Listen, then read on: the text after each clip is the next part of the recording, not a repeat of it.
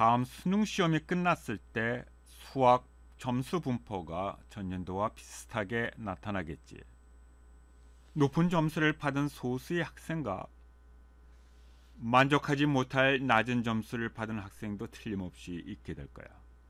그 뒤에 있는 학생들은 노력은 했지만은 결과는 죽어 떨어진 파리처럼 참담하지. 그러면은 어떻게 내가 이 뒤에 속하지 않고 최상위권에 속할 수 있을까?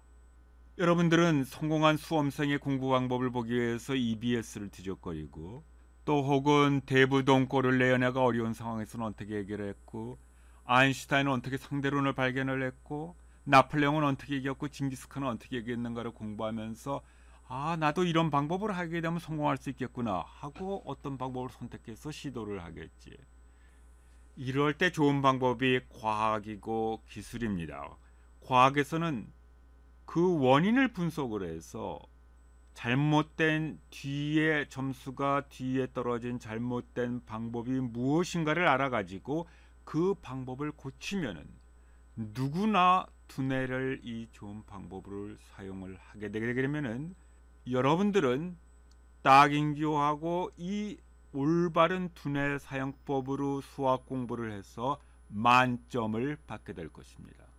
그래서 약 10분 후에서는 어떻게 두뇌가 잘못 사용되는지를 알고 그 두뇌를 어떻게 올바르게 사용해서 수학 공부를 하는지를 깨닫게 될 거고 다음부터는 다긴기와 같이 나가면서 모든 수학 공부를 해서 만점을 받게 될 것입니다. 수능 2012년 나 문제를 보자. 지문이 길어서 압도당한다. 머리 왼쪽 앞에 있는 전두엽에서는 신경세포 개수가 작기 때문에 머리가 자기가 위험하다고 느끼는 순간 골치가 지끈지끈 아파서 더 생각을 못하게 한다. 근육은 거기에 통증 신경이 있어서 만약에 혹사를 하게 되게 되면 근육이 아파서 더 혹사를 못하게 방지하는데 머리에는 통증 세포가 없다. 머리가 만약에 위협을 느끼게 되게 되면 머리는 머리 전체를 아프게 해서 생각을 못하게 하게 되는 거고 결국 너희는 이러한 긴 지문을 보는 순간 압도당해 가지고 골치가 아파서 생각을 못하게 하는 것이다. 머리의 해부 구조를 보면은 이것이 명확해진다. 머리 구조를 보자. 앞부분을 제거하고 겉을 둘러싸고 있는 껍질을 잘라내자. 왼쪽과 오른쪽을 구별하는 부분이 있다. 다시 오른쪽 부분에서 나중에 진화된 부분을 떼어내면은 앞에서 긴 지문을 보았을 때 압도당하는 아미그달라가 나온다. 요 조그만 부분이 위협을 받으면 활성화되고 머리를 아프게 해서 더 이상 생각을 못하게 하는 자기 머리를 보호하는 기관이다. 그러나 결국은 시험을 잘못 보게 되고 자기 자신 전체는 원하는 것을 갖지 못하게 된다. 머리와 자기 자신 전체는 별개의 따로따로이다. 이같이 머릿속에는 두려움을 느끼는 악어 같은 것이 머릿속에 있다. 아미그달라가 악어 같은 것이다. 또한 머리 다른 쪽에는 여러 가지 생각을 갖게 해서 미래를 준비하게 해주는 원숭이 같은 놈이 있다. 그리고 논리적으로 생각하는 전두엽의 과학자가 있다. 우리 머리 안에는 악어, 원숭이, 과학자가 있으니까 이것이 한 머릿속에 들어있으니까 서로 편치가 않다. 머리 구조가 진화돼 나오면서 처음에는 악어가 들어오고 다음엔 원숭이가 들어오고 나중 과학자가 들어와서 서로 으르렁거리니까 머리가 제대로 작동을 못한다. 그래서 이 머리를 한 방향으로 정렬시키는 것이 필요하다. 그럼 어떻게 하면 되나? 여기가 싱귤레이트 자이러스인데 여기 싱귤레이트 자이러스를 활성화시키면 된다. 어떻게 활성화시키는가? 우리가 직접 경험을 한다. 마음을 가라앉히면서 한 소리를 듣거나 한순간에 한 가지만을 생각하게 되게 되면 싱귤레이트 자이러스가 활성화되고 원숭이, 악어, 과학자가 한 방향을 향하게 된다. 이렇게 머리를 쓰는 방법이 옛날부터 징기스칸이나 나폴레옹이나 아인슈타인이나 덩꼬르레오네 등이 택한 방법이다. 그러면은 아까 그 긴 지문 있는 문제를 어떻게 정렬시키면서 문제를 풀 수 있는가 보기로 하자. 지문이 길었던 17번 문제를 같이 보자. 이 문제에서는 머리를 안전하게 편안하게 느끼도록 조용히 친절하게 머리에게 가르쳐 준다. 싱귤레이트 자이러스를 잘 원활하게 활성화하기 위해서 한순간에는 하나만을 본다. 목적이 무엇인가만 본다. 다음에는 여기 주어진 것이 무엇인가를 본다. 그리고 목적과 여기 주어진 것의 차이, 어떻게 하면 여기에서 그 목적으로 가는데 그 차이가 무엇인가를 보고 그것만 그때는 본다.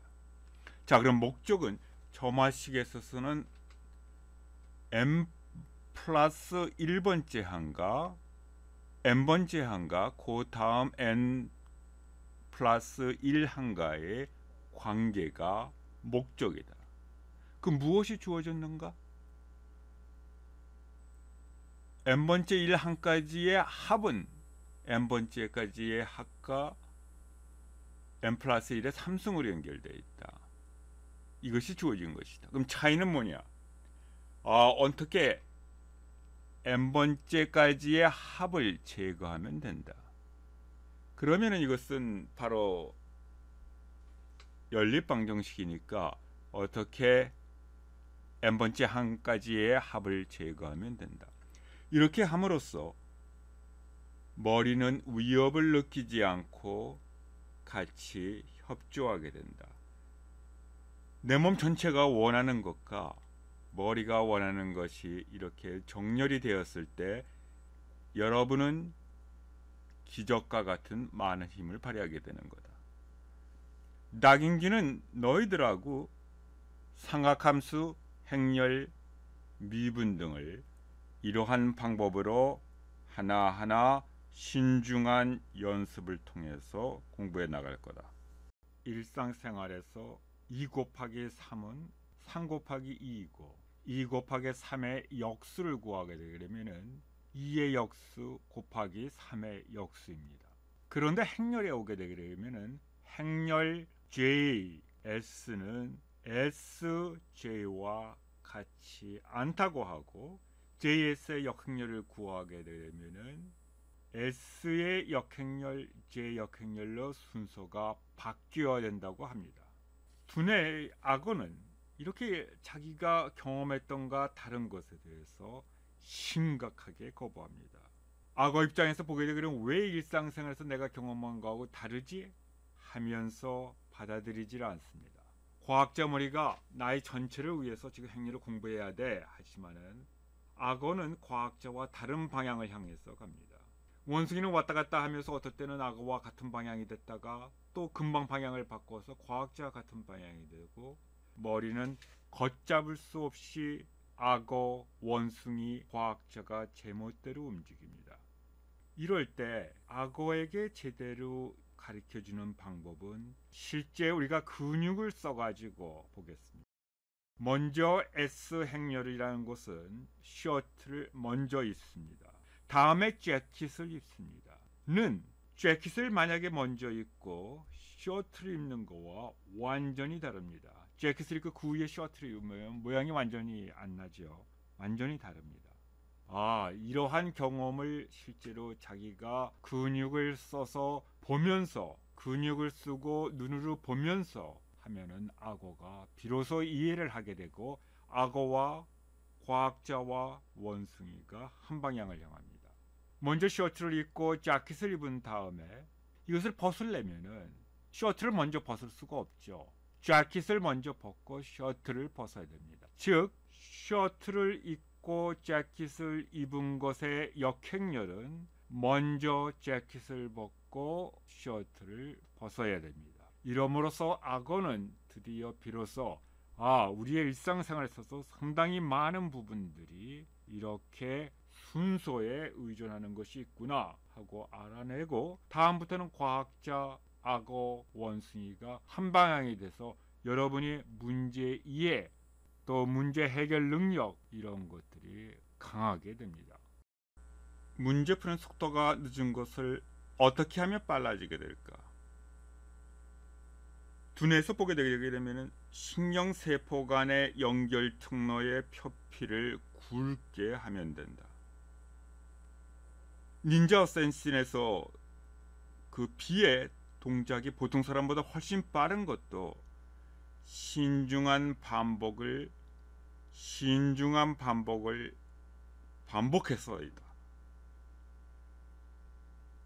이렇게 되게 되면은 신경세포의 통로가 점점 굵어지고, 머릿속에서 한번 그릴 때마다 이 통로가 조금 더 굵어지고, 또 반복해서 근육을 사용을 해서 동작을 반복을 하면서 공부를 하게 되면은 이 통로가 더 굵어진다.